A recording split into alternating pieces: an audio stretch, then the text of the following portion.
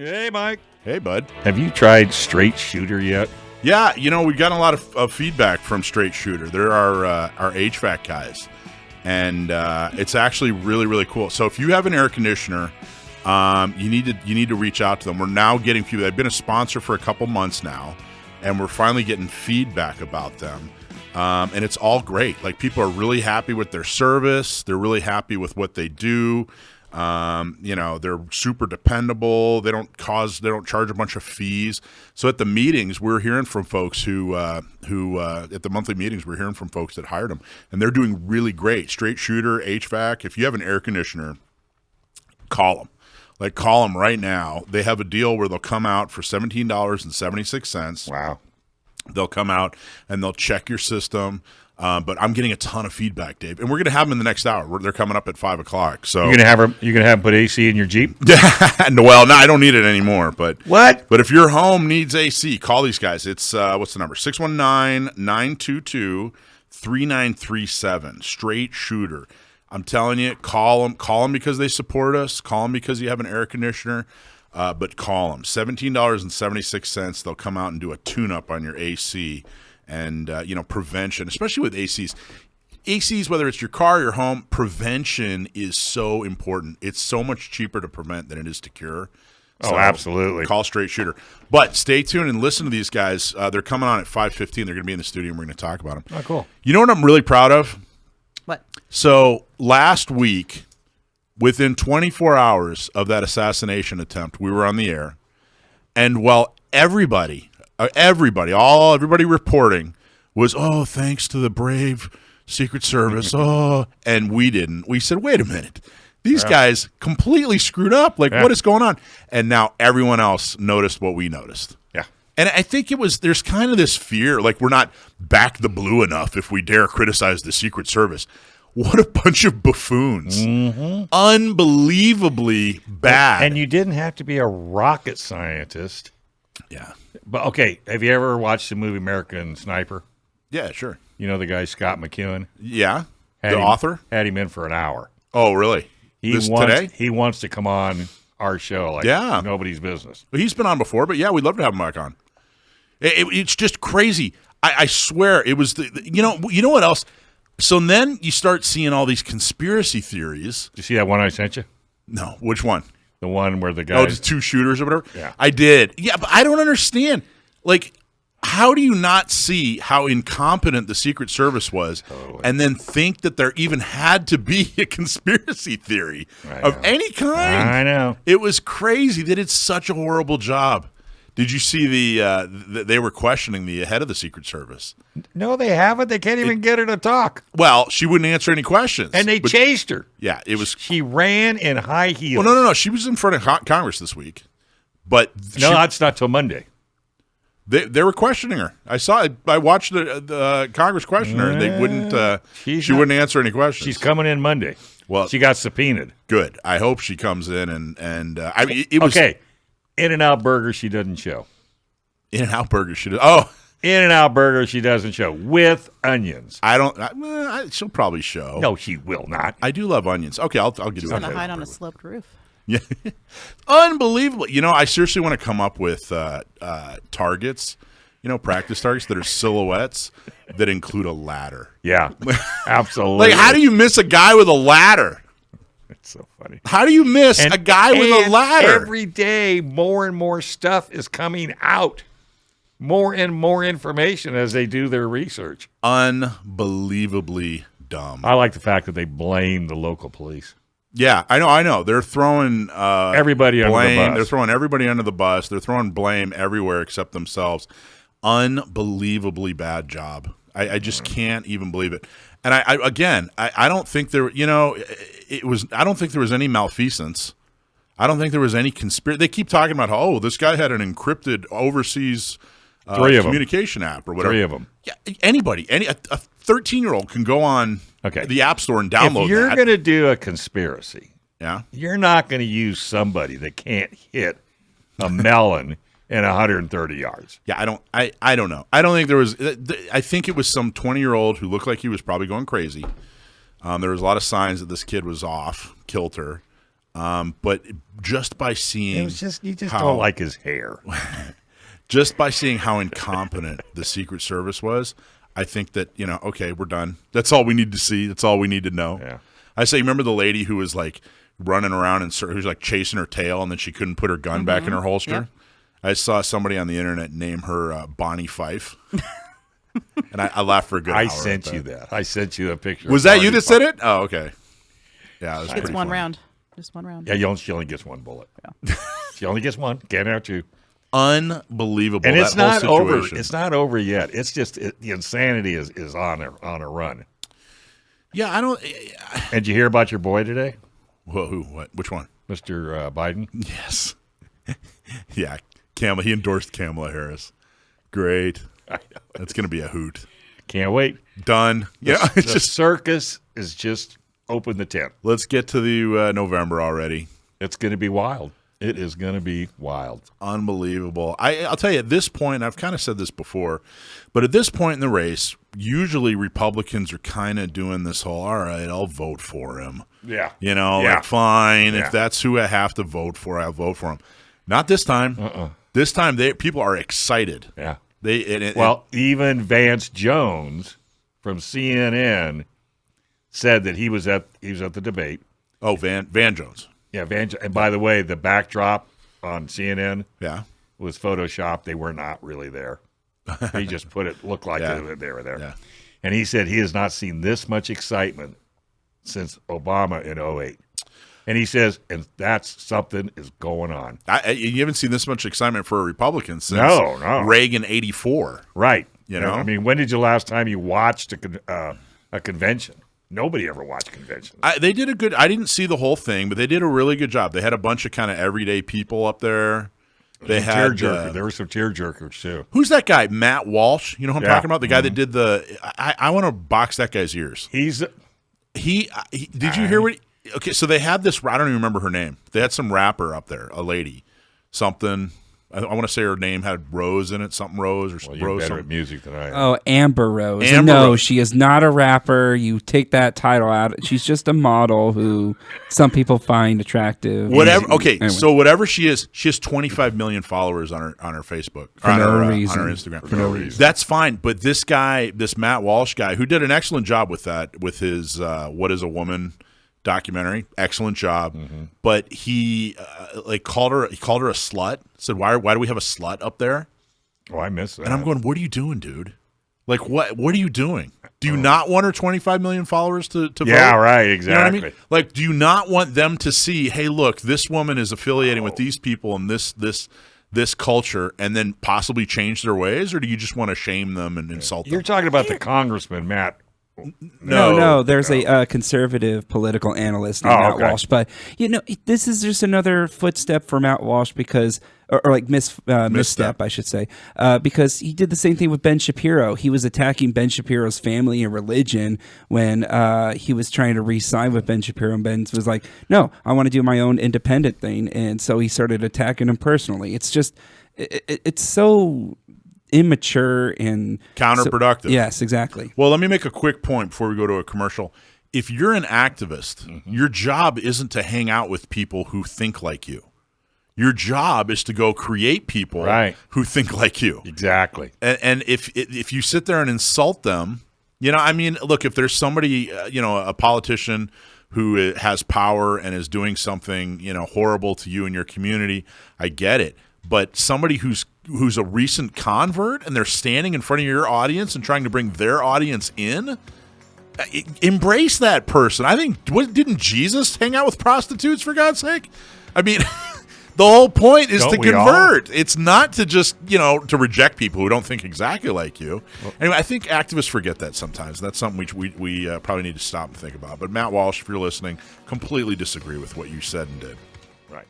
Hey, if you ever have legal matters that include firearms, boy, do you need California's best firearms lawyer. And that means John Dillon. John Dillon specializes in California gun law, so put his number on your phone right now. 760-642-7150. That's John Dillon, California firearms lawyer. 760-642-7150. Put his number on your phone today.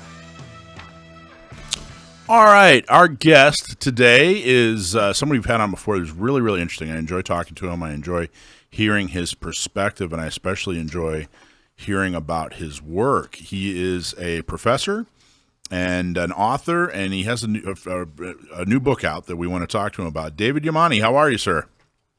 Hey, man, I'm doing well, thanks. It's been a while, but I'm always glad to be back to chat with you.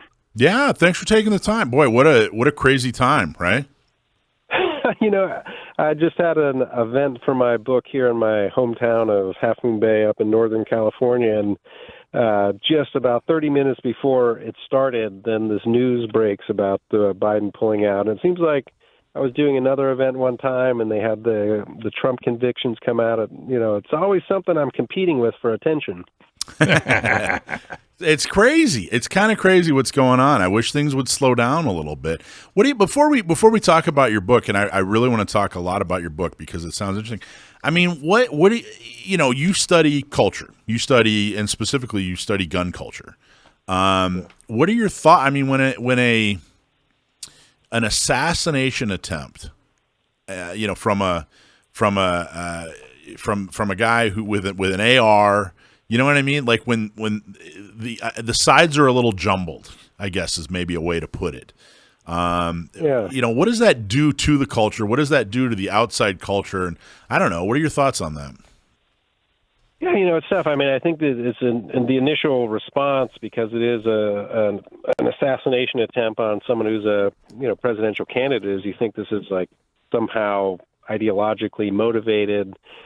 But then as you try and find out more about the shooter, then you're like, maybe this is just another like case of a mass shooting that didn't become a mass shooting, like a disaffected young man, who takes a rifle from his house and, wants to make a name for himself somehow. Seemed like he was bullied in school and didn't get on the rifle team. So, if he had done it in a grocery store or in a school, then we would think it was something different. But because it was at a political event, then it has this additional weight and those additional questions. But I'm not even sure that it necessarily was anything other than a young man trying to make a name for himself. Yeah, I think I think you're exactly right. I think the first couple hours I was thinking, oh man, this is the result of somebody who disagrees. But I think it didn't take long for it to appear to be something diagnosable. And yeah. I don't think we'll ever know. It doesn't sound like we're ever going to know exactly, but there are definitely some hints and some similarities with past, But do you think that people who are does this type of incident? Do you think? I mean, I just shooting from the hip. No pun intended. Do you think that this affects the anti-gun crowd? Does it make them more anti-gun, or do you think that this did anything to those lines, or did this make anybody rethink their position on either side? I don't really. I think that for people who are already think that AR-15 should be banned, this is just another reason for AR-15s to be banned, and for people who are comfortable having those as civilian-owned weapons, and they just think like he just happened to use the most popular rifle out there. If a hunting rifle was the most popular rifle, that's what he would have used. So it's, a sense, I think a lot of these events are just Rorschach tests, right? So the thing happens and everybody interprets the event from their existing positions. David, you just put very succinctly a point that I keep trying to make, and I keep trying to make clearly, and you just put it very, very clearly that the only reason he picked that kind of rifle is it's the most popular kind of rifle. If another kind of rifle was the most popular kind of rifle, that's the one he would have picked. Why doesn't that resonate with the other side, the anti-gun side? Do you think that it's just, this is something I can use to further my opinion, or do you think they really truly don't understand what you just explained and the way you just explained it? Yeah, I think from the other side, the perspective is, I don't really care if that's the most popular rifle. It's still a rifle that no civilian should own, and so it's a basic discomfort with that particular type of firearm, even if, we all can, do the thing of saying, well, if it's a Mini 14, has the same functionality, et cetera, just looks different, so people don't get freaked out about it as much. So I think that there is, for people who are not involved with guns, who are not involved with gun culture, who don't know gun A from gun B, it just is a scary-looking rifle that gets used in a lot of terrible events. And then, if you don't stand to lose anything from banning a particular car, like I don't drive an electric car, I could ban electric cars. It doesn't affect me at all.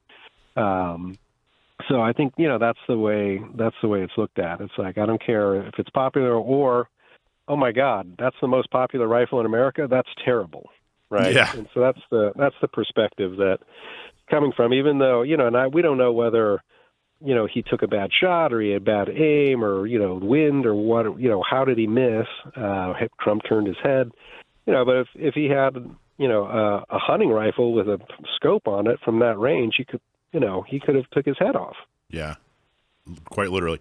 It is kind of in the way you say it, the same sentence said two different ways means two different things. You could say, hey, it's the most popular gun in America, or you could say it's the most popular gun in America, and it's got two different meanings completely, which is always so interesting to me. It's and, the other thing I'd just say is, this is just another one of those cases of, we can understand that it happened and we can try to understand why it happened, but we can also look and say, this should have not happened, right? As far, it's an event that took place that didn't have to take place. Totally preventable. In a lot of ways. There are a lot of ways to have prevented this. There are 100 ways this could have been prevented without banning guns. There are so many mistakes and so many laws. Okay, so let's talk about your book. It's called Gun Curious, which, by the way, I think is kind of funny. I like that. I think that's a good title. Gun Curious: A Liberal Professor's Surprising Journey into America's Gun Culture. And now you are that liberal professor, right? That is me, yeah. I've been working on this project for about a dozen years now, and it initially started to write just an academic book, but I thought somewhere along the way that maybe I had a broader story to tell, but if I was going to tell a broader story, I really had to bring myself kind of to the center. So it does include a lot of my sociological observations on gun culture, but the weight of the story I try to carry, really with my own experience of not ever shooting a gun until I was 42 years old, and then spending the last 12 years of my life deeply involved as a gun owner and as a part of gun culture. It's interesting. As a part of gun culture, were you begrudgingly, or did you come to enjoy it? Did you come to become a part of gun culture, or was it more of a, hey, this is research and I wouldn't do this unless I was doing this? Yeah, the two things really kind of emerged at the same time. I mean, the first time I shot a gun, I wouldn't say it was begrudgingly, but it certainly wasn't because I, was interested in becoming a gun owner. I was sort of afraid of guns, but I kind of realized in North Carolina, that I might have been the only person who didn't have a gun or who had never shot a gun. And so, the first time I shot, it wasn't with the intention of becoming a gun owner, but I had such a great time, fewer than 50 rounds, that at that moment I thought, I want to explore this further. So I entered into my, an authentic personal exploration of gun ownership, and at the same time began this sort of exploration of gun culture as a broader phenomenon. So, the book really tries to bring those two strands together. It really is. In fact, there's a sociological term that I learned 100 years ago in college for when you immerse Verstehen. Is that what it is? Oh, yeah. Verstehen is, sort of inside understanding. Yeah, it's a tradition of interpretive sociology. Yeah, that's very good that you remember that. I'm amazing. I'm telling you, David. I'm a legend in my own mind. So, I mean, is this an example? If you immersing yourself in, is this an example of Verstehen? Is that what you were going for, or is that just what ended up happening? Yeah, I think I thought all along. I didn't really kind of think through all the way to the end, because there's a sense in which, and you're probably not supposed to use this term anymore, but there's also this idea of going native, that you begin by kind of studying the foreign people, and then all of a sudden you're one of them. Because I think from the start I was always a gun owner. But, I think that my goal has really always been to tell an authentic story truthfully and accurately and fairly about gun culture. And I think I just decided that, telling my own experience as a big part of that was the best way. And I've had a lot of really positive feedback from people who are in the gun community thinking like, I had pretty low expectations when I saw liberal professor in the subtitle, but I think you did fairly characterize, and, again, gun culture is hugely complex, and I'm not claiming that I've explored every aspect of gun culture. But for what I'm talking about, hopefully people who are involved in that can read it and say, that's a fair characterization, and, I want a friend or someone I know who's skeptical of guns to know something about guns, that I can recommend this book to them. So that's what I'm hoping for. Well, I want to talk, because this isn't your only book, right? How many books have you written now? Oh, across all the fields I've worked in, probably 6 or 7. And but how many specifically on guns? On guns. So I previously brought out my Concealed Carry Revolution sort of mini book. So yeah, this is the follow-up to the Concealed Carry Revolution book. Okay, I want to talk about the book more and some of your experiences and some of the other things you've written. But let's go pay a couple of bills first. California gets a lot of heat for bad gun laws, but the fight for the Second Amendment flows through San Diego. The Second Amendment Foundation is bringing the Gun Rights Policy Conference to San Diego on September 27th to the 29th in Mission Valley. This is your chance to listen to and meet the activists and influencers on a national scale in our own backyard. Speakers include friends of the show like Charlie Cook from Riding Shotgun with Charlie, Masood Ayub, John Correa from Active Self-Protection, and our very own John Dillon, Alan Gottlieb, Tom Grisham, and Gun Talk, and more. Register for free at saf.org/GRPC, and they will hook you up. Mike Schwartz from Gun Owners Radio is giving a talk there, too. Did you notice I didn't mess up one name? Are you sure about that? Well, you left one out. Who? Mike Schwartz from Gun Owners Radio. It's not in here. I know. Sunshine. We need to talk to Talk to the director. Okay, so we're talking to David Yamane. David, I love the name of I think it's a perfect title. I think you or somebody or a team or a pair, but there was some thought put into this. Gun Curious, a liberal professor's surprising journey inside America's gun culture. I think that piques like everybody's interest. It doesn't. I don't think it matters what side of the issue you're on. I don't think it matters, where you are politically. You read that, and there's that piques everyone's interest. Did you? Talk about the title. How did you just pull it out of a hat, or did you spend a lot of time on that? Because I think it's perfect. Yeah, well, I started thinking about it kind of conceptually because in America we often say you either own guns or you don't own guns, right? This is a typical survey question: do you own guns?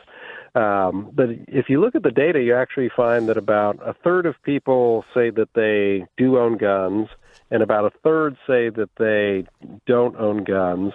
But then there's another third of the people who are in the middle who say they don't currently own guns, but they're open to gun ownership in the future. So I started referring to those people as kind of the gun curious, and I think we saw a lot of those folks get off the fence about guns in 2020 and 2021.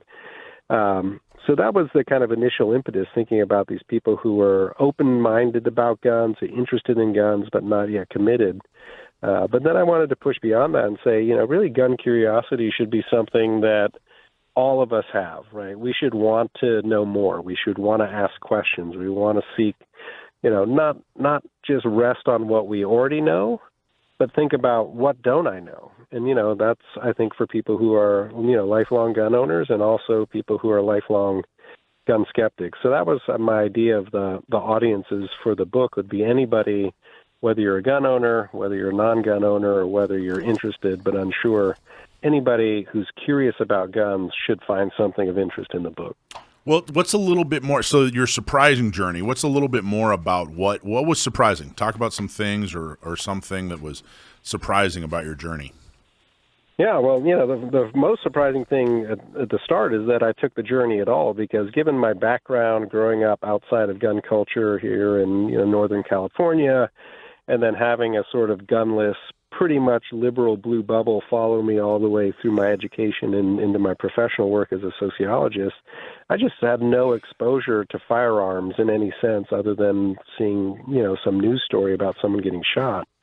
So I'm, the surprise that I even took the journey, but then, from there, the first surprise was, kind of getting to know other gun owners, seeing how guns work in society, and, coming up with this idea that I kind of turned into a motto that guns are normal and normal people use guns, right? And I think if you just read in the media, if you just read academic research about guns, you have no sense, that gun owners are people too.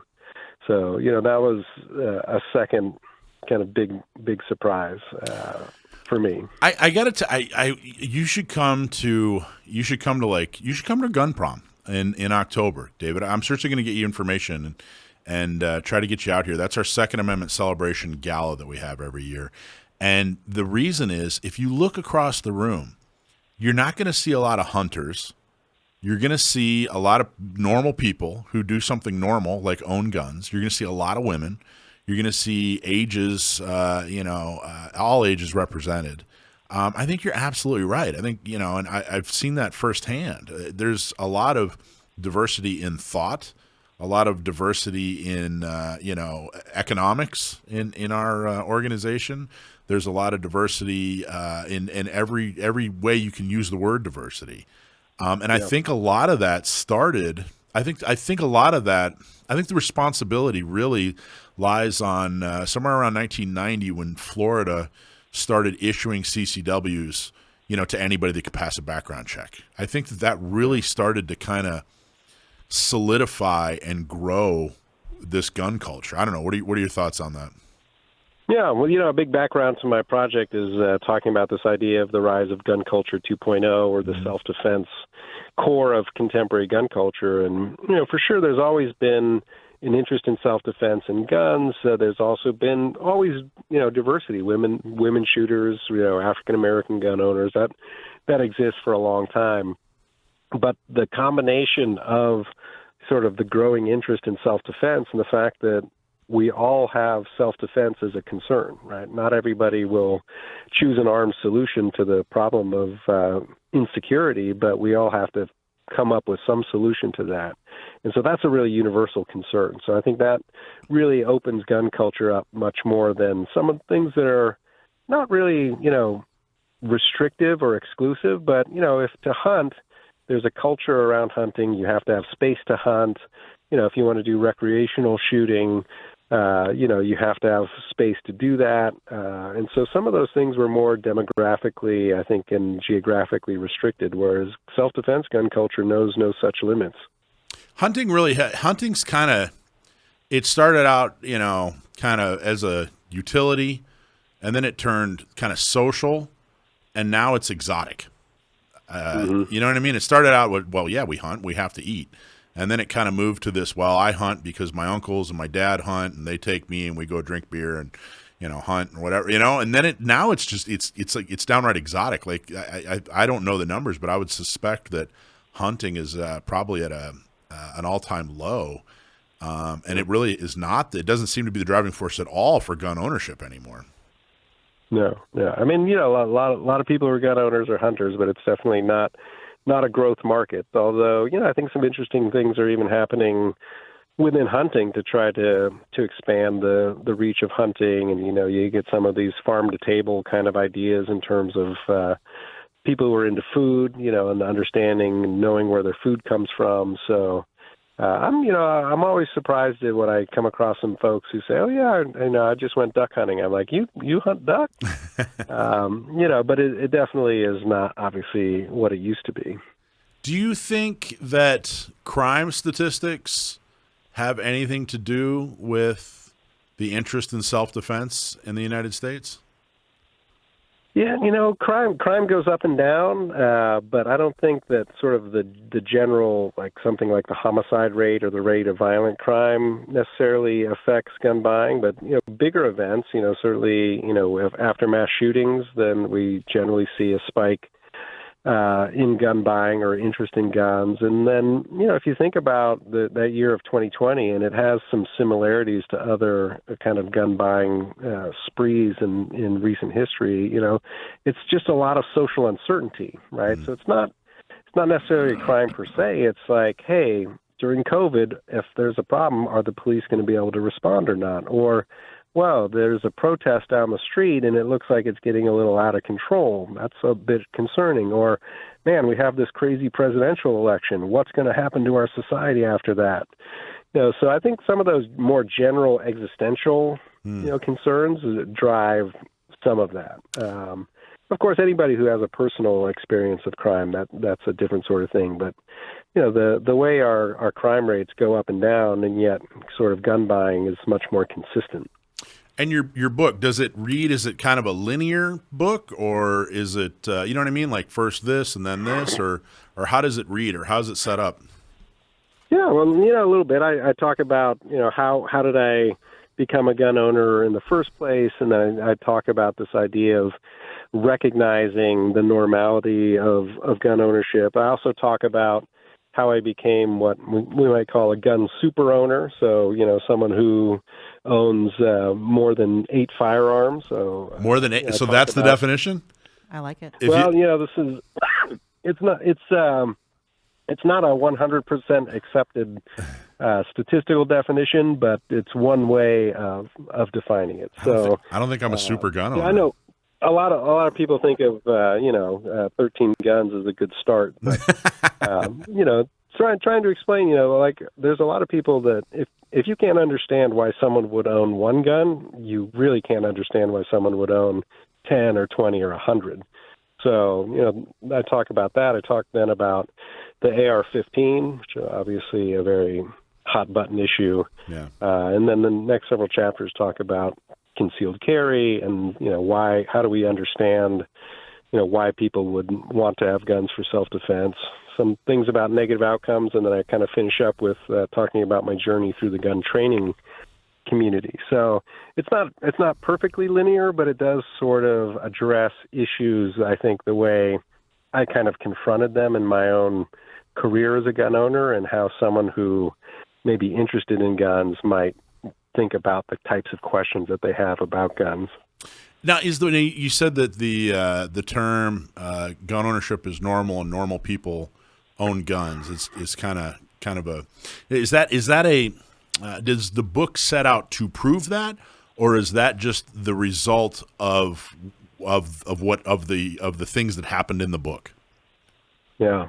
I mean, I think that is something that emerged in the course of my trying to understand the reality of guns in America. So I say it's more of an empirical observation than some sort of ideological claim. I mean, guns are normal, and normal people use guns in the sense that guns are very commonly owned by a lot of people, right? They're normal in that sense. And guns are not inherently associated with any kind of deviance or abnormality, right? So guns are also normal in that sense. So, those are the senses in which I use that term normal. And I do think of it as not being a kind of political slogan, but just an empirical observation. So we're going to go to one more commercial break, and I just want to have you on for just a couple more minutes on the other side. Do you have a couple more minutes? Yeah, absolutely. Love to do it. Okay. If you want gear at an affordable price, you need to check out Condor Outdoor. Whether you're a military professional, law enforcement officer, or simply an avid outdoorsman, Condor products are designed to be versatile, durable, and above all, reliable. So if you're looking for the best in tactical gear, look no further than Condor Outdoor. Use code GOR for 15% discount off the website, CondorOutdoor.com. Use code GOR for a 15% discount. All right, the name of the book is Gun Curious, A Liberal Professor's Surprising Journey Inside America's Gun Culture, written by David Yamane. He is the liberal professor who had a surprising journey inside America's gun culture. David, it sounds like anybody can read this book. You don't have to be on either side. You don't even have to have an opinion on guns at all. It just sounds like it's an interesting journey and a whole rich set of observations when it comes to gun culture, which is really amazing. What do you think? What do you hope this book accomplishes? Yeah, I mean, I really, in the end, hope that it sort of brings a much more kind of enlightened and civil conversation about guns to our society. So having grown up outside of gun culture for most of my life and then spending the recent part of my life inside, I kind of have a foot inside of these two worlds and often find myself trying to, translate one side to the other. And so, I think, this in a sense can be read as, if I was translating gun culture to people who are trying to understand what it's all about, that this is what the core of the book is. So, getting people to talk to people with whom they disagree about this issue in a much more, civil manner, I think that would be, ideal. And I think that, again, if you're very pro-gun, you can read the book, see some recognition of the truth of guns in there. If you're, very gun skeptical, try to understand, why do guns make sense to people who own guns? And, people have to have the curiosity and the willingness to do that. And, I think gun owners have definitely responded positively. I've met a lot of people who are interested in guns and not committed who are interested in the book. I'm still waiting to have that breakthrough among my non-gun owning liberal friends and colleagues who, they haven't exactly embraced the book as I might have hoped. Well, David, I'd like to really commend you for, first of all, for being out there, for being a voice, for taking the time to put this book together, because you could have just silently changed your opinion and kind of kept it to yourself, but you've chosen to go public and to let it be known. And really, as a gun owner, it really kind of gives hope that, I would imagine, being on the other side, that it's kind of taboo to say that you've kind of opened your mind to the option of the guns not being as evil and bad as you thought they were. And just kind of commend you for kind of getting out there and for being that voice, letting people know it's okay. Thanks. Yeah, I mean, I think that, in certain communities and communities that I'm very much a part of, like, the university and sociology, and even, in the San Francisco Bay Area where I'm from, it still is somewhat stigmatized to be a gun owner. And early on, there was a part of me that was like, I can't really talk about this. I'll just let people think, oh, he's just doing research about guns. He's not really a gun owner. But then at some point I realized, if I won't step forward and say, hey, yeah, I'm a gun owner, I'm a liberal, deal with it, and then also explain, why does this make sense? And a lot of people, I guess on the gun curious idea, a lot of people kind of came out of the closet after I came out of the closet. And, out of the safe. They came out of the safe. They came out of the safe. Perfect. Yes. I'll use that in the future. They came out of the safe and said, like, hey, I just, want to let you know I'm a gun owner too. Thanks. Or, hey, I was thinking about getting a gun, or would you take me to the range? People who, are not the stereotype of the gun owner. So I think that, we need, even if it makes us a little bit uncomfortable in certain circles, we definitely need to embrace that reality and say, no, this is not a deviant behavior. Yes, some people do terrible things with firearms. That doesn't make gun owners bad people. It doesn't make guns bad objects. So it took me a little while to get there, but hopefully, the book witnesses to that conversion I had, and that can be inspiring to some other people. So if your book directly resulted in a 50% increase in gun ownership or a 50% decrease in gun ownership, is either of the would either of those results be okay with, or is it not about that at all? You don't care if more people own guns or fewer people own guns. It's really what you're trying to do is at least get them to impact or change the way they communicate with each other. You know what I'm saying? Would either of those results be something you'd like or dislike, or is it really just about the communication? Yeah, I guess principally about the communication and education, because at the end of the day, I'm an educator. But, I think if it facilitates, people who are sort of good and sane people who should be gun owners to make that decision for themselves, and it makes their lives better, or makes their lives safer, then, I think that would be a win. But, I'm also, I'm not the kind of person who thinks everybody should own a gun. In fact, I know people who absolutely should not own guns, and so if there's someone who's on the fence and reads the book and says, wow, you know what, that's really not for me, or that's not a risk that I really want to, bring into my household or to my family, and they decide not to, then I consider that a success as well. Good. That's awesome. Okay. Where do we find the book? Where do people go to buy the book? Yeah, it's on, all of the major online retailers. You're not likely to find it at your local bookstore, but if you ask your local bookstore to order it, I'm sure they'd be happy to, or your local library also, often will order books if patrons want them. But Amazon.com is probably the biggest retailer out there, and then if you want information about the project in general, you go to guncurious.com, and it's got all the buying options as well as a lot of information about me in the book. Great. David Yamane, guncurious.com. Is that what it is? Guncurious.com. Awesome. Hey, man, thanks so much. Appreciate what you do. I appreciate very much how you do what you do. And thanks for giving us the time, man. Thank you. Yep. I'll always enjoy chatting with you all, and maybe I'll see you at Gun Prom one day. Yeah, I'll send you info. Let's see if we can get you out here. That'd be fun. Yeah, sounds good. Take care. Thanks, Dave. So I thought that was awesome, by the way. Absolutely. I love that guy. I think he does such good work, and I think it's so interesting what he's doing. Hey, so before we go to break, I wanted to shift gears and talk about our voter guide. Our voter guide will be out on August 1st, which is the Thursday that we send our email out. It'll be up on our website it'll probably be up actually the day before August 1st, but it'll be up on our website so that you can see it.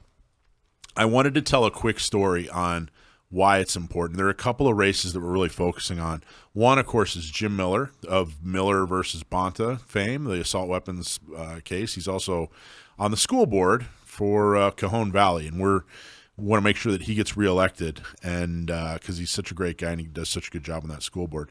But the other one is Kevin Faulkner, and he's running for supervisor out in this north coastal district that goes down into San Diego, even goes into Coronado. And then it goes up into, like Encinitas and Del Mar, that whole area. So it's not an easy win. But with him on the county board, we'll have a third vote when it comes to Second Amendment issues, which on the county level there's actually a lot. And last week I wanted to tell a quick story. There is a group. There's actually a 501c3, a charity called Friends of the NRA, and they raise money for like kids programs, like shooting programs, Boy Scouts, stuff like that, women's programs, educational. It's a charity, and they're all ready to do their dinner, which is kind of like gun prom, where they have prizes that are guns, that sort of thing. And the county said, nope, can't do it. You can't do it at this rec center because it's owned by the county, and there is a law, not a rule, not a policy, but an actual law that says, in the county, you can't have guns of any kind. No exceptions. CCW doesn't matter. Doesn't matter if they're being, under the control of an FFL. Doesn't matter if they're unloaded and locked. Doesn't matter. No guns. And it's a completely and totally unreasonable law. It's not keeping anyone safer. All it's doing is stopping some really great people from raising money to do some really good things. We need to get rid of that law. That's a law that is actually, impacting people's everyday life. It's not stopping people from doing bad things. It's stopping people from doing something very charitable, quite literally. So that's the kind of stuff that happens on the countywide level. You don't hear about this stuff because it's not national news, and CNN doesn't cover it. But this is stuff that's actually affecting your life here in San Diego. And so that's another race that we're really, really going to focus on, is trying to get Kevin Faulkner elected into the county board. So we endorsed him. We're very proud of that. And we need some help. You can't just vote. You can't just vote. We need you to actually do some things. We need you to donate a couple of bucks. We need you to come to Gun Prom and help us get people elected. If you haven't purchased your tickets yet, go to gunprom.com, and that helps us raise money to get people like Kevin and Jim elected so that we can do good things for the Second Amendment. So go to gunprom.com and buy your Gun Prom tickets. Volunteer to help us do our tabletops. If you go to our volunteer page You can help us spread the word. August, September, and October is going to be very important. If you just vote, you're not doing enough. You got to help us get other people to vote the right way as well. So look out for that voter guide. Again, it's coming out August 1st. That's a Thursday. It's going to be in our Thursday email. Print it out. Use it to vote. Get it into your friends' hands. Volunteer for the tabletops. Donate. Come to Gun Prom. There's so much that you can do to help and actually be effective. You know, posting memes on Facebook doesn't do anything. Arguing with your crazy aunt who's anti-gun, that's not going to do anything. You know, but actually participating in a Second Amendment organization, getting involved in elections that you can actually make a difference. You know, this isn't a suicide mission. He could win. He absolutely could win in a tough district, and that would be a major, major victory for us. So get involved and check us out and keep an eye on your email. If you're not signed up to be a member yet, sign up to be a member and you'll start getting our email. This is Gun Owners Radio, FM 96.1 AM 1170. The answer. Hey, if you're a gun owner and need legal protection, even if you do everything right, even if you're 100% justified, you should be prepared for the legal battle when you are after your self-defense battle. That's why you need firearms legal protection. When you join, you get uncapped legal protection for self-defense, for civil or criminal cases with a 24/7 hotline. Joining is real easy. Just go to firearmslegal.com. Click on Become a Member. Use code GOR for a discount. Enjoy the peace of mind knowing that you are protected if you are ever involved in self-defense incident. Firearmslegal.com and use discount code GOR. Subscribe and win. Subscribe to our email list and you can win some swag. This week's winner is Melva Melendez. Congratulations, Melva. Melva, all you have to do is email prizes@gunownersradio.com and let us know what size T-shirt you want, or just let us know you want a hat, and we'll ship that right off to you. Congratulations, Melva. If you're not subscribed to Gun Owners Radio's email list yet, go to gunownersradio.com and subscribe, and you may win some cool stuff. I'll tell you, it's a fantastic way to find out exactly what's going on with Gun Owners Radio, what's going on in San Diego, what's going on in the nation, but especially with the Second Amendment community. So check us out, gunownersradio.com. Subscribe to our email list. Announcements. Okay, so we got this cool new thing. I think tomorrow will be the third one. You've heard of TED Talks? You know TED Talks, Dave? You know what I'm talking about? Do you not have a mic? Good. This is going to be best show ever. No. So so TED Talks, right, where they talk to somebody interesting, you know, I've started LED Talks, where we get somebody from the Second Amendment community, a firearms instructor, and they give about a half-hour lecture on something that is important to them, some kind of concept, some kind of story, something that's important to them, something that's life-changing. You know, something that maybe, you know, they don't have time to tell out on the range or whatever, but this is going to introduce you to a lot of new instructors who are in the San Diego area, in the Riverside County area, or Orange County, San Bernardino, all across Southern California. So if you're not training now, use it as an opportunity to pick a trainer and go train with them. Or if you are training, use this as an opportunity to pick a new trainer and get a whole different perspective on your training. So tomorrow, it's every Monday at 7 p.m., and we stream it out over Gun Owners Radio's Facebook page. All you got to do is go to Gun Owners Radio's Facebook page. That's facebook.com/gunownersradio at 7 o'clock every Monday. And you can check it out. You can sit there and listen and eat some popcorn, and you know, we're wrapped up by 8 o'clock, and you'll have had a really fantastic Monday night. Tomorrow night at 7 is Brady Pasola. You have heard him here. He's an old friend of mine. He's a fantastic guy, and the topic is how to be your own executive protection. How to be your own executive protection from Brady Pasola. So join the live stream tomorrow at 7 p.m. on Facebook. So we talked about it in the very, very first 4 o'clock segment about a fantastic new sponsor. Well, relatively new. It's been a couple months now. Straight Shooter, and we have Scott and Michael. How are you guys? Doing good. Good. Get right up on the mic. There you go. Get right up on the mic so we can hear you.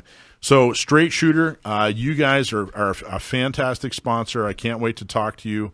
and hear your story. We want to hear all about you guys. We want to hear all about your business. And then, of course, we want to tell people how they can benefit from you guys. But I wanted to, before we even start, before we go to a commercial break, I just wanted to say thank you guys so much for sponsoring and supporting us. I think that's absolutely fantastic. We are excited. Good. How'd you guys find us, by the way? Adam Bendez. Yeah, from USCCA.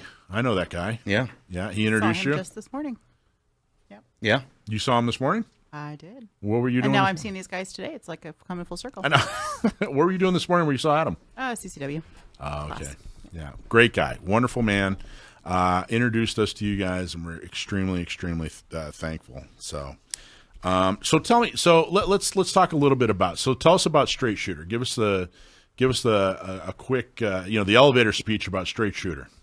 Man, we exist to be able to make other people comfortable.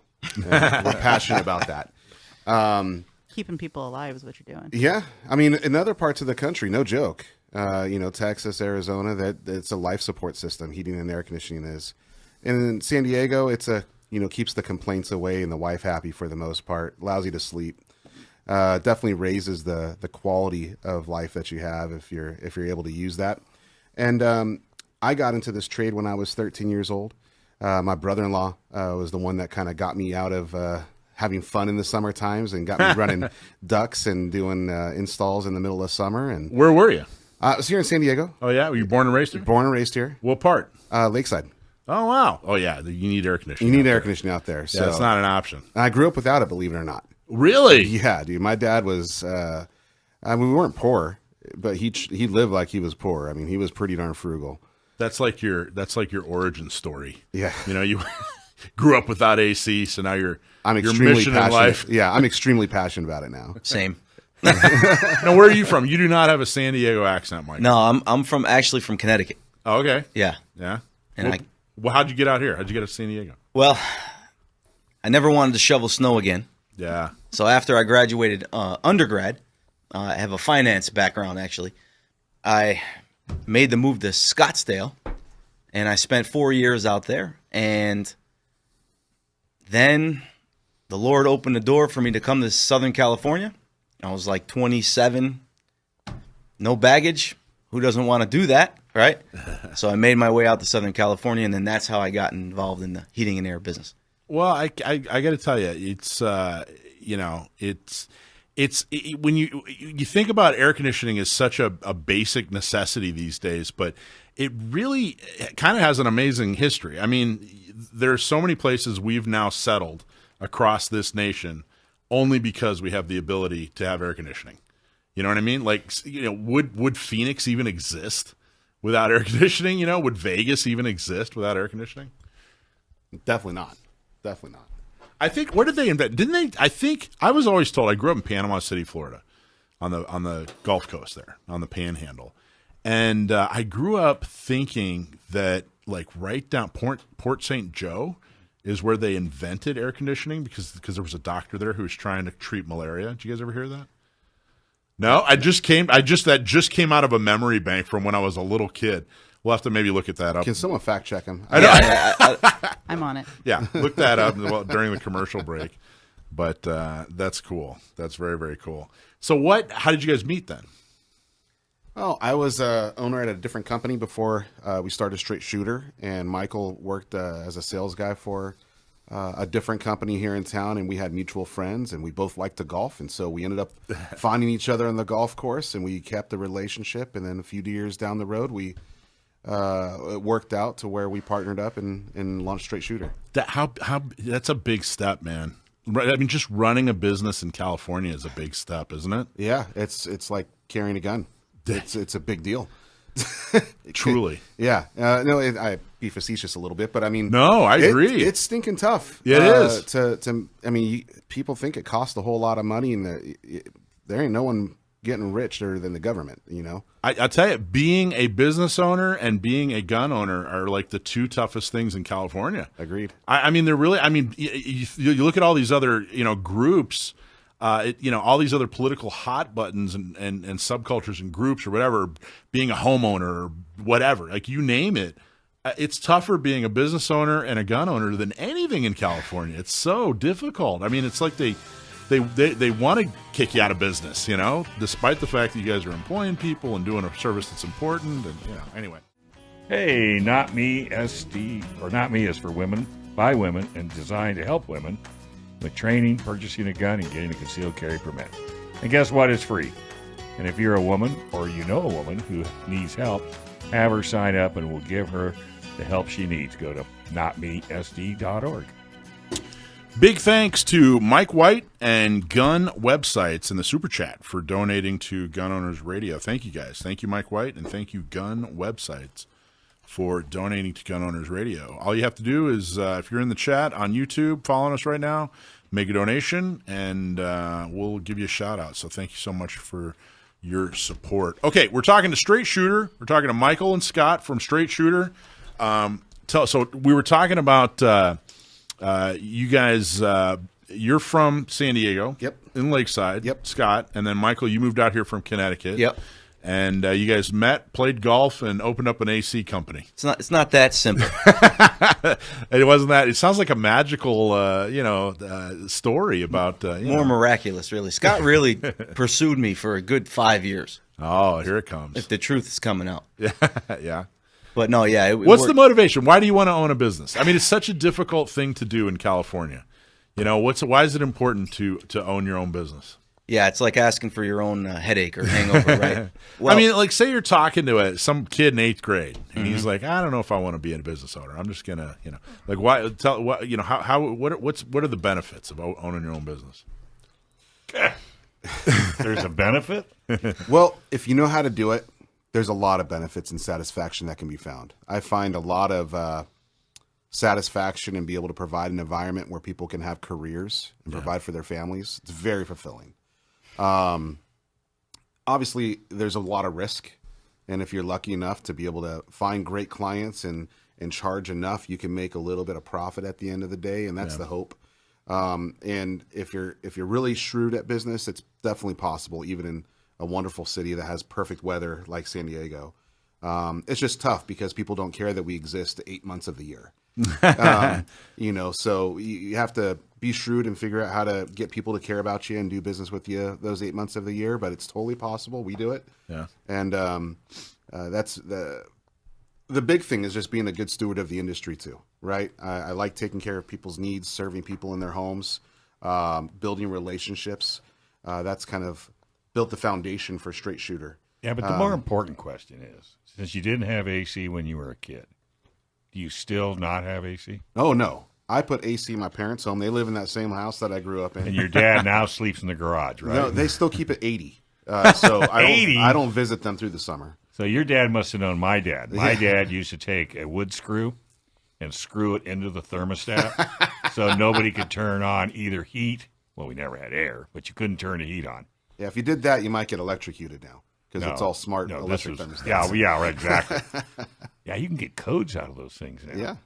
A self-diagnosis guy just goes, okay, this is what you need.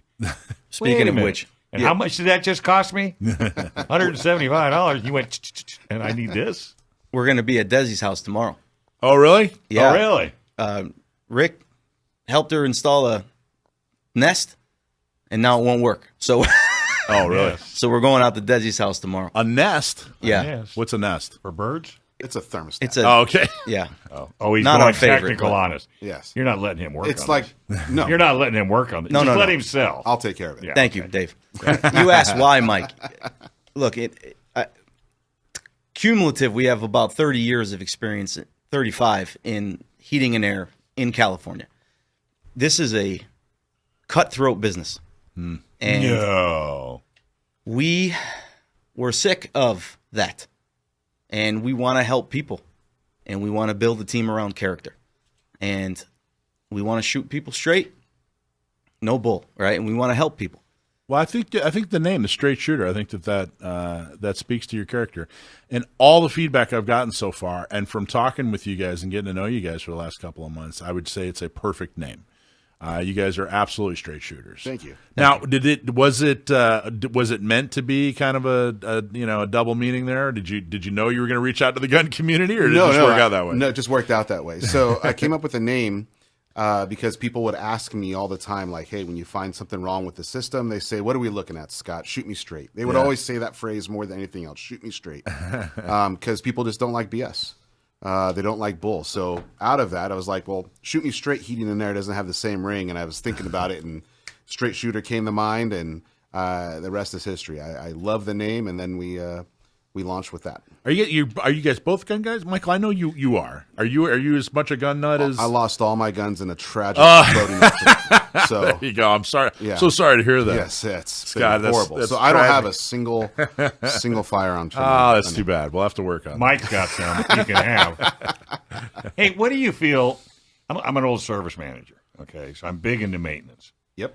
How important is the consumer when they purchase a system to get on a maintenance program for just once a year, about every 6 months, come out and just look the system over? It's critical.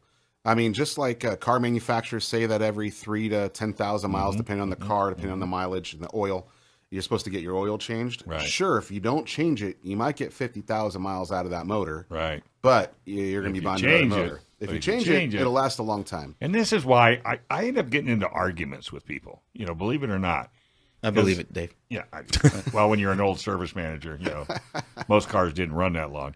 And if you were a service manager for Mike in his Jeep, Jesus. Are you kidding? I'm putting my mechanic's kids through college. He's in more loaner cars than he is his Jeep. But, people always say, oh, no, they just want to rip me off. Yeah. I go, no. They want to save you money. And if you can understand it, catch it before it's a real problem. Especially with that outdoor unit, rodents and little animals love to go hide inside there. And, you've got to look at all that stuff. So I'm a huge believer in preventive maintenance. Remember I talked about those 8 months that no one gives a crap about us? Yeah. Well, that's what we fill our schedule with, is doing preventative maintenance. The general public is its own worst enemy, because if they don't find a company they like and can trust, and they end up going, oh, man, they're going to see some company throw a cheap offer out there. And we're sort of doing it with you guys, but we're doing it only for you guys, right? We're doing the 1776 maintenance plan. Which it took me 4 commercials to realize what that 1776 was about. And the only reason we did that is because, truthfully, I don't care about the initial investment. Right. My hope is that we build a relationship with everyone that calls us from the gun community and wants to do it. I don't care about the $20 that we get when we come out. I care about the lifetime value of a client over the next 5, 10, 15, 20 years, so that when they do need us, we're here for it. And don't you think you should run your AC and heat system, put it on a temperature, leave it on automatic, and leave it? Because a lot of people, I've had people say, because I've talked to them about getting AC, not with you because I didn't know who you were. Sure. And they say, "Oh well, okay, then I'm going to turn it off when the weather's good. Just run the windows up." Yeah, it depends on how the system was engineered. And unfortunately, there's not. Leave it on. Well, don't mess with it. That's how I live in my house, right? Yeah, me too. I set it at a temp and put it on automatic, and it never I'm done. moves. It's always there, and it's never struggling to keep up. No, that's what I try to tell. 20 years ago, no one used air conditioning like that in San Diego. No, because the technology wasn't. It was completely different. So the old school frame of thought was, let the house get 90 plus degrees. I come home from work, we turn it on, and then people would know, hey, it's not working because it's not catching up by midnight. Yeah, I was going to say 3 a.m. if you were lucky. Well, I got a jacuzzi. Yeah. And I've had that same jacuzzi for 21 years. It runs every single night. You have a jacuzzi? You darn right. I'm in it every night. I've never. Oh well, that's what. Never mind. No, I tell you, because I sleep better with that every night, and I run it all the time, and it still runs just hunky dory. You know what I mean? Yeah. But if you turn stuff off, especially with today's electronics, and just let it sit, you're just asking for trouble. Yeah. The new technology, there's variable speed equipment, right? And you can absolutely set it and forget it. And that's what you got to convince. But see, they're so afraid if they don't have solar, let's say, because solar does help, just to offset electrical pricing. But don't sit over there and laugh. You don't even have AC. She doesn't have a microphone either. That's why I took it away from her. She's not getting it back. So obviously the name Straight Shooter lends to reaching out to the Second Amendment community. Yes. But why was it important for you guys to reach out to Gun Owners Radio and the Second Amendment community? it hit me like a brick one day. I've been a gun enthusiast for many years. Yeah. And I'm like, okay, these are my people, right? I'm also a pastor. So these are my people, right? And I'm like, how do I reach my people? And I met Adam when I went to get my CCW training at North County Shooting Center. Yeah. Because I live in Oceanside. And John Russo was the instructor. Good dude. Fantastic instructor. Fantastic at educating, right? Giving people all the information. That's what we try to do with all of our customers, right? Of course.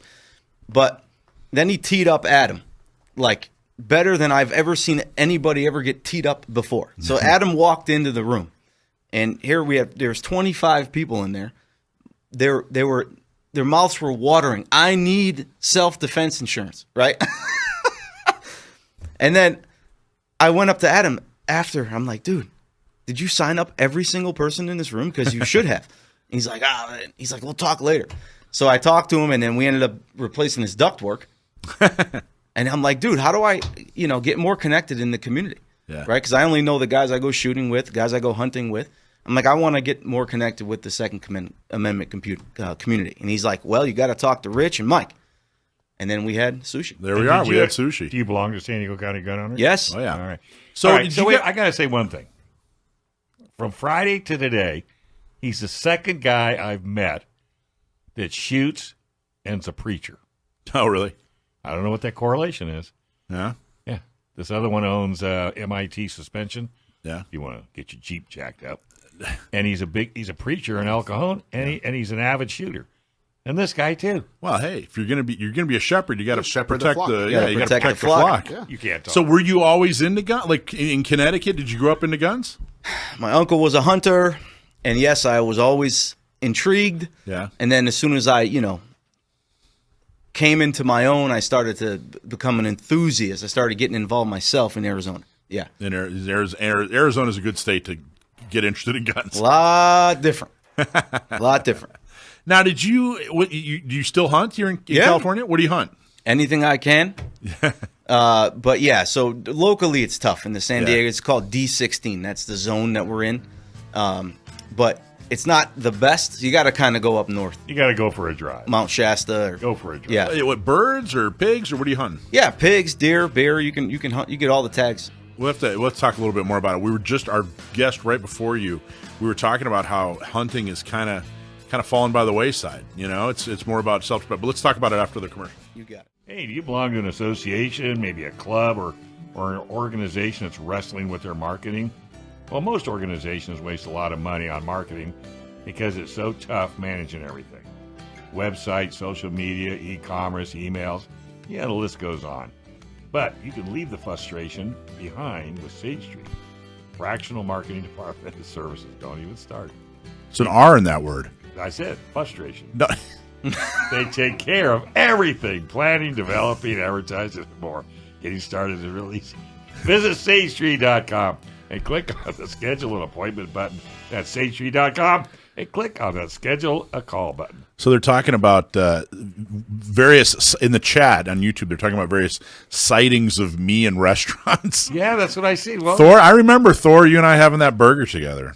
I'll tell you, you want to hear a quick story? You get around. I do. I get around. I'll tell you a quick story. I was in a Subway, and there was a father and a son. The son was probably 7 or 8 or something like that. I don't know. But I heard the dad go, eat the oatmeal cookie first. Save the chocolate chip. And I look, and I thought he was going to tell the kid, like, eat the sandwich first, He had like a little 6-inch sandwich, then he had a oatmeal cookie and a chocolate chip, right? And his dad stopped him and told him, he was about to take a big bite of this chocolate chip. And he's like, no. Hold that one. Like, save that one for later. And I thought, that's the difference between, that's why you need two parents. That's why you need a dad in your life. Yeah. Like, that's the kind of wisdom and advice you get from a dad. You know what I mean? Mom advice, you don't get, mom advice is like, don't get that on your shirt. Don't eat too fast or you'll get sick. Mom advice, it's all about consequences to them. You know what I mean? But dad advice is like, hey man, I've been there. Yeah. I've been there. I would eat the chocolate chip. No. keep that chocolate chip till last. So for the next 20 minutes after you still get that chocolate chip taste in your mouth. Versus like that's dad advice. Versus that oatmeal. Right? Yeah, eat the oatmeal. It's good, but save that chocolate chip. Like that's the difference between mom advice and dad advice. I don't know. Am I onto something, or did I read a little bit too much into that, guys? I think Alicia would know that. Well, she gives mom can't advice, right? I mean, right? What would you do? I'd like to think I'm a fun mom and not a. But would you let not a him do Karen that? Mom. I make the cookies. No. You're at Subway. That's the other thing is if mom were there wouldn't have been 2 cookies for that kid. That kid wouldn't have gotten 2 different kinds of cookies. That's a dad thing too. And I think I'm more of a dad. Yeah. I don't know. Well, look at Bill Cosby. Remember he fixed cake I don't want to look for his kids. I don't know for if we should- breakfast. I don't know. breakfast. I don't know if Bill Cosby's a good. Oh, but he's still. I used to, it's funny is I used to parallel my husband to Bill Cosby because, you try to fix something, you break it worse than it was. And that went out the window. I couldn't do that you anymore. can't do that Yeah, anymore. I so. can't even believe you. Anyway, that's our obligatory talk about food that we always have to do on every least show. So once or twice. Sorry, there's a guy out there. I'm going to get a text saying, "Stop talking about food." So we're talking to. Let's talk AC. Yeah, we're talking to Scott Michael from Straight Shooter, and we were talking about hunting. So, Michael, you grew up hunting, and you still do some hunting here. You say you got to go up north for deer and birds and stuff like that. Talking about hunting, like why do you hunt? What's it do for you? I love being in nature. Yeah. If you look in the Word, Jesus spent a ton of time alone with the Father in nature, and that's my place. And in our industry, it's pretty stressful, pretty hectic, right? And you got to have some kind of go away. For Scott, it's racing in Baja, and for me, it's being out and hunting. What do you race? Side by sides. Oh, nice. Golf carts with big suspension, basically. Yeah. What do you run? I have a new Can-Am Maverick R that I'm building right now, but I've been running a Can-Am X3 down in the Score International Series. So you want to laugh at me? I have a Honda 1000. Oh, you like going slow. That's cool. Hey, we need guys like that. See? But I have a transmission. It makes me feel so cool. I have a transmission. Well, but Maverick R also has a Did transmission. they finally put a tranny on it? They put a transmission in it. There's no trannies. But Can-Am is a Canadian I company. gotta tell you, I don't know where they sit. Hey, on if that it thing. wasn't for Can-Am, Indian Motorcycle wouldn't be where it's at today. No, that's Polaris. Sorry about that. I got confused. Okay, so stay with me, guys. What if you guys combine your 2 hobbies? Right? So you're driving, he's hunting at the same time. It'd be like Jurassic Park. 100%. That would be awesome. Road hunting. There is a company in San Diego. I don't know their name, but they actually take like off-road cars and outfit them for the government. Yeah. And they will strap a Chenoweth. 50 cal on. Oh, in El Cajon. Yeah. Chenoweth. It is rad. I know who you're talking about. Yeah. You remember back in Gulf War I, they actually they were featured in like Time magazine or something like that. With I the big keep old waiting 50 for them to come up on the GI auctions, but I've never seen one yet. different kind of hunting. No. You can shoot a pig. from a mile away. Well, versus what John Dillon wanted me to do. He wanted me to go with him, and he was gonna sit in a tree with a bow, and he wanted me to run the pigs below him. on Yeah. the tree. Why didn't you do that? I'm a little old. That would have been awesome. It's so funny, Michael, that you talk about nature and that you hunt and go outdoors and everything. When I hear your accent, I automatically assume you're like a city guy. You know what I mean? Like, Well, it's not quite like a New York accent, but it's close enough, So I'm from southern Connecticut, all right? So Yeah. southern half of Connecticut, New York. Yep. Northern half of Connecticcut, Massachusetts. Oh, really? So Red Sox fans up north, Yankee fans down south. Okay, I don't want to hurt your feelings, Yes, sir. but you don't look like you should even own a gun. Thank you. Because I agree with Mike. I mean, he doesn't look like somebody that would go out shooting, does he? You look like somebody that would beat me up on the sidewalk. No, he Thanks, looks like a businessman. I mean, I'd probably deserved it, but I'm just saying, I wouldn't mess with Oh, you. he So- looks like a so- businessman. I We're can out- see how this is going to help your community want to welcome us. Yeah, this is great. Alone. Thanks, Dave. Go with the off-roader. Go with the off-roader. So if you were to Wikipedia, the town I grew up in, What's the name of the town? Waterbury, Connecticut, Okay. we are the 3rd most corrupt town in the history of the nation. Oh, my gosh. So I was absolutely a city boy Yeah. from a very rough part of the world. Most of my friends that I grew up with are dead or in jail. That's So- seriously very sad and tragic. I'm very sorry. So getting out in the nature is definitely my time. Brings you peace. Yeah. All right. So did that upbringing lead you to being a pastor, or were you religious your whole life, or how did tell us that story? Sure, I'm no problem. So, I'm Italian from the East Coast. Okay, of course I was Roman Catholic, hardcore, right? Women weren't allowed on the altars, right, until I was like in 8th grade, like old school. And actually, if you look up the neighborhood I grew up in Connecticut, it's the most Italian neighborhood per capita in the country. Oh, wow. Yeah, so that's how I grew up. Racist, sexist. That's how I was raised. And that's the neighborhood I was from. But yeah, I had a lot of trouble. Got into a lot of fights. My family is in the liquor business. So I was raised in the liquor business my entire life until I was, sorry, I'm banging on the, Rich, I'm sorry, I'm banging on the table. You're a preacher. I'm a preacher and I'm Italian. It's like a bad combination. So, so I was in a lot of trouble growing up. Ton of trouble. And the Lord spared my life a million times. Wow. I should totally be dead. And then, so I got saved. Yeah. I don't drink. Right? I don't drink either. Yeah. I don't drink either. I never had a problem, but so many people around me had problems. And I'm like, you know what? This isn't, you know? So I think at the time I thought, well, I'll show a little leadership and not drink. Nobody followed. But it's just, I definitely have a better, you know what I mean? But I definitely have a better life with, I'll have like, somebody's like, hey, try this bourbon, I'll have, do a little taste test, but I don't drink, you know? I think it's a better life. Yeah. God asked me to do one thing. And he's like, I promise you'll have a wonderful life. Just, you can't drink. Nice. Kind of like John the Baptist.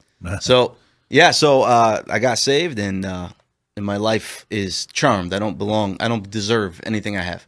I love the fact that, your career, and then what you do as a pastor, and then what you do, what you do professionally, what you do as a pastor, and then what you do as a hobby, all are kind of like this fulfilling, service to others, bringing inner peace kind of thing. I mean, it's very, very cool.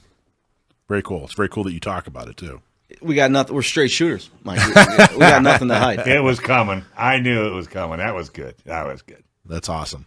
So if our folks want to, I've been telling people, like at the meetings, I was like, okay, raise your hand if you own an air conditioner, because that's number one. You got to own an air conditioner. But if our folks want to do business with you guys, they want to support two fantastic guys that are going out of their way to support Gun Owners Radio. Two guys that are doing a great job. They're in our community. They own an air conditioner. What do you recommend? What should they do? How do they reach out to you guys? Easiest way, you can call the office and talk to Ken or Betty. And that number is 619-922-3937. Or better yet, you can go on to our website, straightshooter.ac. And if you need service, you can even book from there without having to talk to anybody on our website. And if they're just sitting there enjoying, they're like, hey, my AC's on. I want to support these guys, but I don't even know what I need. Like, what should they ask for? My Venmo? I'm just kidding. Well, one of the things, like if it's not broken, what do they? What's an age limit? Let's help. I'm going to help him out. AC's over 20 years old. You better start looking. You're playing with borrowed time. And are there any incentives? Is there any? Because when my wife got ours, there was some government thing that if you bought it before December, you got a pretty good rate. Yeah, there are some rebates and incentives for going to a heat pump. That's something that would be better have a conversation in the home. It's boring. But of course. But I'm just saying, all I'm trying to get people to understand is that all the laws and the rules, and yeah. If for example, if somebody came to you and says, "I'm just thinking about it," you could say, "You know what? If you wait till August, because in August they're doing this, this, and this." Yeah, because the rules. The absolute best thing to do is to start a relationship with us and take advantage of the 1776 tune-up. Right. Try us out. Get us in your home. You're going to see that we don't do what a lot of the other companies do, where it's a bait and switch. We're actually going to do a great service for that money, and we're obviously going to ask to continue the relationship. We want to, put you on our membership plan. It costs more, but we're going to come out twice a year, clean a whole bunch of stuff on the unit, clean the outdoor, clean put in the new filters. Change the filters for you, and we do a lot of work for that money. And that's the best way for people to support us and do business is just to start the relationship. You don't have to buy a new system. We want to have a relationship with most if you people. can save it, and sometimes the older systems are not bad. Yeah, I mean, I am a fan. I fixed so many old systems. yeah. Are you a 24/7 guy? No. No, I mean if I have a trouble on a Saturday afternoon. Unfortunately, I have been this last couple weeks. He was in 3 houses today. Yeah, just today, Yeah. and I don't work on Sundays, so that tells you anything. What's your website? Straightshooter.ac. Straightshooter.ac. So if you're sitting there and your house is cold and you're thinking to yourself, I don't think I need an AC guy, go on their website, have them come out and just take a look at your unit for $17.76. You're supporting Gun Owners Radio, you're supporting the Second Amendment community, and you're probably preventing something horrible from happening from your AC. You already missed the most important part, and it's coming right around the corner. What's that? Heat. That's exactly right. Because they do heat too. There you go. It's not always just being cold. Heating and cooling. Heating and cooling. I could sweat in a meat locker, so it's. I don't really think a lot about heat, but anyway, it's extremely important. Call these guys. Go to straightshooter.ac. Give them a call. Get them out to your house, and you're starting a beautiful relationship with 2 great guys. Absolutely. Maybe we'll even get Michael Schwartz to come out. Yeah. You can, Well, I do. You can sweat. Clean I'll just sit the there and ducks. sweat. All right. He can You'd be clean like, ducks. it's hot in here. You should get it fixed. I like ducks. I know you could clean a duck. Yeah, you should work that into your pitch. Like you hunt ducks, you clean duck. No, that's not. Okay. No, it won't work. All right, let's go to commercial. Hey, have you been keeping your guns clean and lubricated? Yeah. Really? Well, good. And if you've been procrastinating because cleaning your gun with traditional product is smelly and a pain in the, then you should try Seal One. Seal One is an all-in-one product that cleans, lubricates, and protects your firearms, cleans your guns faster, easier, safer with Seal One. No more smelling like gas. Enjoy the confidence and peace of mind knowing your guns are protected and the best. Buy some now at seal1.com, and I was going to give him back the paperwork. And thank you to everybody that came to Hey, how was the party? gun cleaning yesterday. I think there were 10 people, and I think it went great, except the air conditioning broke, guys. Well, that's perfect. There's a lead for you. Let's have the phone number. Yeah. But anyway, thanks to everybody, but a big special thanks to Seal One. You guys are so wonderful. Thank you for being a sponsor. Dwight, thank you so much for everything that you do. Seal One, you guys are fantastic. Thank you so much. Okay, time for everyone's favorite segment. We found out years ago that my nephew knows a lot about guns, so we decided to ask everybody to send in a question. And if we use your question on the air, you get a hat or a shirt. And if you stump my nephew, then you're going to get free tickets plural, to Gun Prom. That is happening on October 12th. It's at the Omni in La Costa, which is Carlsbad. And it's casino night. If you want more information about Gun Prom, go to gunprom.com, buy your tickets today, or think up a really hard gun question and stump my nephew. Okay, Sam, you there? Yeah, how are you guys? Good, man. How are you? Can't complain. You're up in the Great White North, aren't you, there? Hey? Not quite that far. I'm in Wisconsin. You're in Wisconsin. Hey. Aren't you? Did you guys go to Otter and see all the planes? That starts tomorrow. Oh, cool. Oh, man, I wish. Did you go to Newski's? Go to what? Newski's, sausage and bacon. I found out, Mike told me, Yeah. It's just a little teeny butcher shop out in the woods. It pretty much is. It's out by Green Bay. I don't think you guys are going to be close to Oh, that. yeah. Mike. So, plus, And I think that's pretty much every butcher shop in this state. plus, you don't do a lot of bacon, I don't think. Oh, right? he does? Oh, of course not. Probably not a lot of bacon. Anyway, I think okay. it's- All right, Sam the Gunman, my nephew. Today we got a question, and it's Michael from Straight Shooter is going to read it. Michael, without further ado, Yeah, I'd love to see a debate with your nephew and Sebastian at Gunther Guns. You that should set that up. would be hilarious. Like Yeah. like some kind of like contest or something. Yeah. That's not a bad idea. That's not a bad idea. Yeah. And yeah, big shout out to Sebastian. He's a good dude. Okay, you ready for the question, brother? A little weird, but in a good way. In a good way. Sure, let's have it. What gun was nicknamed the Bugle by many of its users? This is from Steve and Ramona. Steve in Ramona asks, what gun was nicknamed the Bugle by many of its users? From Stephen Ramona. Thanks very much for writing in, Steve. I'm pretty sure Ramona is a real place, right? It's a real Yep. place, yeah. Okay. What gun was nicknamed the Bugle by its users? Well, it's kind of a trick question and worded in a clever way. because there was a firearm, specifically a military service rifle, nicknamed the Bugle by its users, but not in English, in French, because it's the FAMAS. This is unreal. I know. Why does he know that? How do you know that, dude? Correct. Okay, so you want to read the answer, since your French is probably way better than mine. Yeah, I'm going to let Scott read the answer. Go for it, Scott. The FAMAS. French. Oh, man. Dude, if it looks like it'd be a great dessert, I can't pronounce it. Fusil But we're d'assault going to skip the... de la manufacture des armes de Saint-Étienne. Sure. Yeah. Yeah, the assault rifle. Yeah. From the weapon factory is a bullpup assault rifle designed and manufactured in France by MAS in 1978. Known by the French troops as Le Clarion, the Bugle, due to its distinctive shape. That's incredible that he knew that. Seriously. Yeah, why do you... It also Correct! There you go. The FAMAS is recognized for its high rate of fire at 900 to 1,100 rounds per minute. What else do you know about the FAMAS, Sam? It has a 3-round burst mode and a magazine capacity not evenly divisible by 3. Thank you, France. Sounds like Kimber. The FAMAS aside, Saint-Étienne, who developed it and manufactured it, I say past tense because the French military is replacing it with the HK-416. But the Saint-Étienne arsenal is really interesting because it's been around literally longer than the United States has even been a country and been making arms for that whole time. So those of you who read the most recent blog post of mine that's up on the SDCGO blog and the blogs of the sister organizations, that covers a book, a collector's guide of antique U.S. long arms. And part of the reason I reviewed that is because I was actually using it for research for another project I'm working on.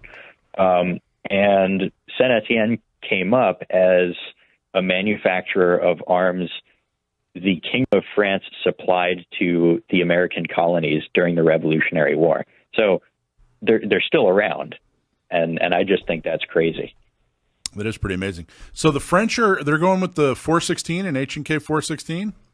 They are, yes. They've opted for a shorter barreled variant. I believe it's in the neighborhood of 12.5 inches. Wow. What do you think of that decision? It's really interesting to see France and Germany using the same, well, not the same long arm because it isn't the Bundeswehr's standard long arm, but some German special forces units and SWAT teams use 416s. It's really weird to see France adopting a foreign-made long arm for their military, and this isn't new. This is a few years old, this decision. But historically, France has been kind of insular about the military equipment it uses for its own military. It has all historically been made domestically, from fighter aircraft to anti-submarine patrol aircraft, tanks, of course, small arms, rifles, machine guns, handguns, armored vehicles, the whole 9 yards. Well, you know why France picked? You know why they picked this, the 416? Because it works. It performed best during the drop test. See, because France, they dropped their run the other way. All right. So, a 416 is it's a piston-driven AR. Is that what really is that pretty much what it is? Pretty much, yeah. Its genesis comes from the 1990s. The original intent was to develop something along the lines of an M4 platform rifle that would perform reliably with short barrel lengths, because that hybrid direct impingement internal piston system that a standard AR has is balanced in such a way that when you change one element of the whole system, like the barrel length, you have to change a lot of the other elements of the system to balance the action out and make it work properly. So the external piston in the 416 was intended to remedy that. Interesting. So Sam, I'm looking at a picture of this thing, and I have a question for you. What's so up? There's some type of handle type device, or like a little bit of a an upper portion, but below that, I'm assuming, is that something to do with the bolt? Yes, you have a very large, distinctive protruding carry handle, which also protects the sights, and there is a trigger-style charging handle beneath that. And at the front of that, you have a folding bipod. Yes, it comes with a bipod. So they were very conveniently, making a firearm for the left-handed people, ambidextrous. And then we lost it. AKs and ARs went to the side. Yeah, great. Right, so that was interesting. Way to mess it up, France. Awesome. Do you have I saw your book report. It's awesome. Excellent job. Do you have another blog coming up this week or not quite yet? Book review, please. Book review. Sorry. I don't have one. Well, obviously I didn't have one coming up this past week. I've been traveling, but I will have one coming up this next week. Cool. Looking forward to it. Sam, thanks a lot, man. Good job as always. Hey, thanks for having me on, as always, and thank you to everyone for listening. You bet. Okay, Straight Shooter, what would you guys, last chance, what would you guys like everybody to know about Straight Shooter? That's a great question on the spot. I wasn't planning I know, for I that. stumped you. Yeah, so everything we do is based on character. Yeah. We're going to educate you, not try to sell you something you don't need. Good. Never the case. We want you to be part of the family forever. Our whole lives are invested into this, and we're not going anywhere. I think it's important to find somebody like that, when you're, especially with something as important and complex as air conditioning. Like, I don't know anything about air conditioning. You know what I mean? Like, you guys could tell me anything, and I'm kind of at your mercy. It's good to find somebody who's honest, and integrity is important. It says it right there in the name. Well, we thank you so much for supporting us. Really, truly means a lot. Gun Owners Radio is an important way for us to get our message out to so many different people, to get elected people to, be on the record and tell us exactly, what they're going to do or what they think. So thank you so much for supporting us. Thanks for watching this episode from Gun Owners Radio. If you're watching mainstream media, you're not getting the truth about guns and the Second Amendment. Gun Owners Radio is the easiest way to stay on top of the Second Amendment fight, the fight for your self-defense rights. You can watch our live stream on YouTube every Sunday from 4 to 6 p.m. California time, or if you're in San Diego, AM 1170, FM 96.1, The Answer. We're also available on your favorite podcast platform. Just do a search for Gun Owners Radio and you'll find our show. Don't forget to support our sponsors. Click on the links in the show notes and support the businesses that support your Second Amendment rights. Like and subscribe to help defend and restore the Second Amendment, not just in California, but across the country.